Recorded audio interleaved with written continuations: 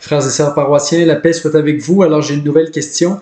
Est-ce qu'on prie ou on envoie de bonnes énergies? Faut-il prier ou envoyer de bonnes énergies? Alors, comme en toute chose, il convient d'abord de savoir de quoi on parle. Alors, d'abord la prière, c'est une relation avec Dieu.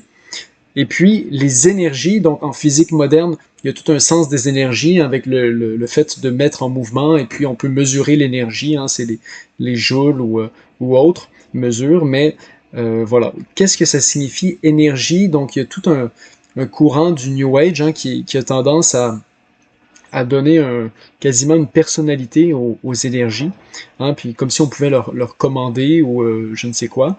Et alors, de quoi on parle dans ce temps-là? Eh bien, en fait, il faut savoir que dans l'Ancien Testament et dans le Nouveau Testament, puis dans la philosophie ancienne aussi, le mot énergie est présent. En fait, ça vient du mot grec energeia. Et energeia, ça veut simplement dire euh, opérer, par exemple, quand c'est comme un verbe, ou sinon c'est opération. Ça veut simplement dire accomplir, faire. Hein. Quand c'est en verbe, ça peut être œuvrer aussi.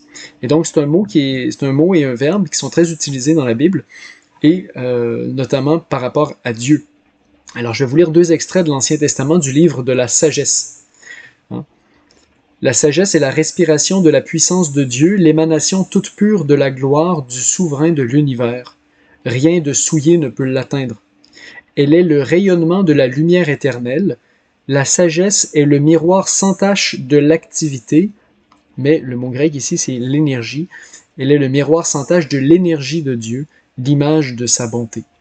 Alors, il y a une intimité entre l'énergie divine et Dieu dans l'Ancien Testament, donc et la sagesse plutôt dans l'Ancien Testament.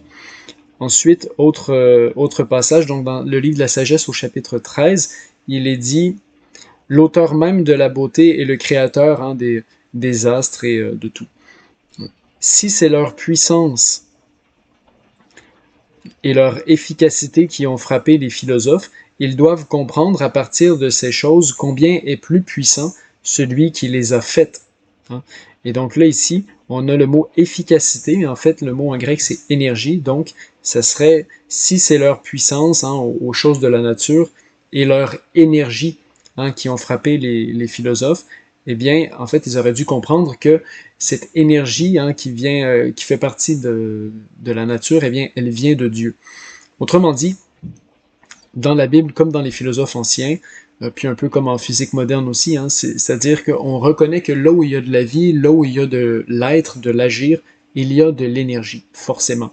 Parce qu'une autre façon de traduire le mot énergie, en grec energeia, c'est par simplement l'acte d'être, le fait d'être, juste un acte. Alors, voilà. Alors pourquoi je vous dis tout ça, c'est que quand on dit j'envoie de bonnes énergies, ça réfère pas vraiment à cette réalité philosophique et même non plus physique de l'énergie. Hein. Mais quand on dit j'envoie de la bonne énergie dans le New Age, eh bien on désigne comme des entités, des puissances qu'on pourrait nommer, qu'on pourrait appeler et auxquelles on pourrait commander.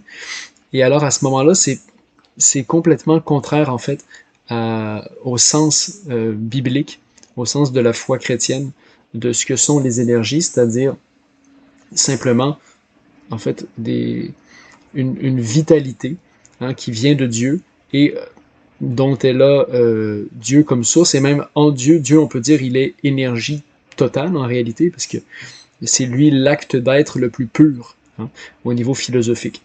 Donc, énergie, quand on prie le Seigneur, on peut lui demander sa grâce, on peut lui demander son énergie aussi, parce que dans le Nouveau Testament, eh bien, Saint Paul en parle comme ça.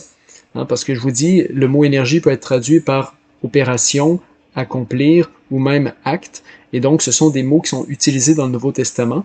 Saint Paul les utilise beaucoup. Je vous lis un exemple.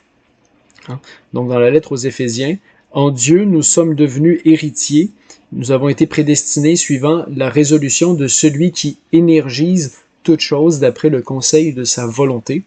Donc, celui qui donne vie, celui qui opère toute chose, celui qui conduit toute chose. Hein. Le mot, c'est énergie. Celui qui énergise toute chose. Vous voyez un peu? Ensuite, un peu ailleurs, dans une autre lettre, Saint Paul dit aussi que le vouloir et l'énergie ou l'opération viennent de Dieu. C'est dans la lettre aux Philippiens. Voilà, donc on peut demander au Seigneur la grâce, on peut demander au Seigneur l'énergie, plus d'énergie, hein?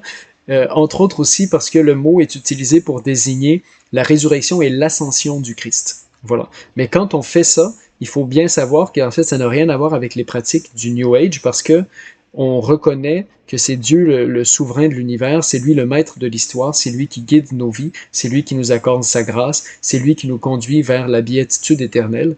Hein, il n'est pas du tout question de commander à des éléments de la nature et encore moins à des démons. Parce que le mot énergie, et je termine là-dessus, est aussi utilisé dans le Nouveau Testament pour parler de l'action de Satan et de l'Antéchrist. Alors, c'est dans la deuxième lettre aux Thessaloniciens, je vous lis un exemple.